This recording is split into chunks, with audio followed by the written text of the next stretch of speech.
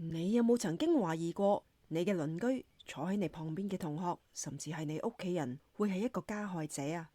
乜嘢人會跨過嗰條界線，做出你同我都冇辦法理解嘅事？呢個唔係電視劇，而係真實世界。日本犯罪心理學專家桐生正幸喺打開犯罪心理學的大門中，用21年喺山形縣處理少年同成人犯罪嘅經驗話俾我哋聽。犯罪往往係沉默累積嘅結果，而唔係突然嘅選擇。呢本書將帶你從恐懼出發，最後抵達到理解。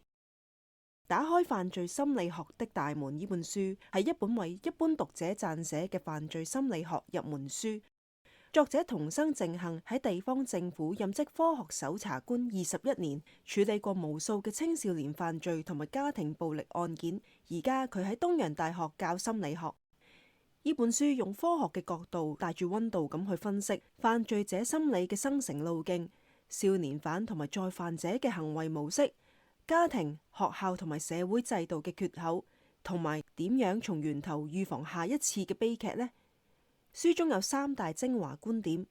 第一，犯罪唔係瞬間嘅衝動，而係長期嘅堆疊。作者話，大多數嘅犯罪唔係突然之間變壞，而係日積月累嘅孤獨、忽視同埋無力感。好似一位高中生殺人犯，背景係單親家庭，喺校園被霸凌好多年，最終喺毫無出口嘅狀況下爆發。如果早啲有人發現佢內心嘅求救信號，事情可能就唔會發生噶啦。第二點，犯罪者嘅心其實亦都渴望被愛噶。書中強調，加害者並唔係天生就邪惡，有啲人其實係長期嘅被害者，例如家庭暴力受害兒童，大個咗之後先出現極端嘅行為。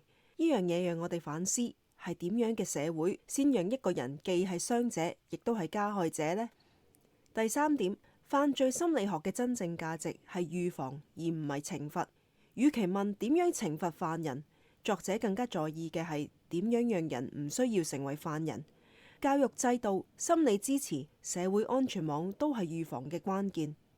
你會開始懷疑自己過去嘅直覺判斷，我哋係咪太快用壞人嚟做標籤嚟拒絕了解犯罪者呢？我哋有冇錯過咗一啲危機嘅信號？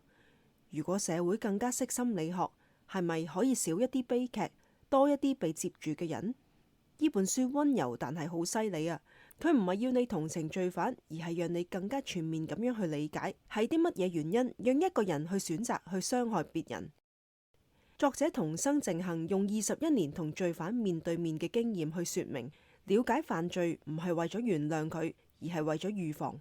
當我哋願意理解人性嘅黑暗，先可以喺佢仲未爆發之前伸出一隻援手。打開犯罪心理學嘅大門唔係冷冰冰嘅理論書，佢係一本希望社會少一啲傷害、多一啲覺察嘅手冊。睇完呢本書，你會重新審視身邊嘅每一段沉默，每一次嘅異常。呢啲唔係麻煩，而係求救。真正嘅預防犯罪係讓更多人唔成為犯罪者。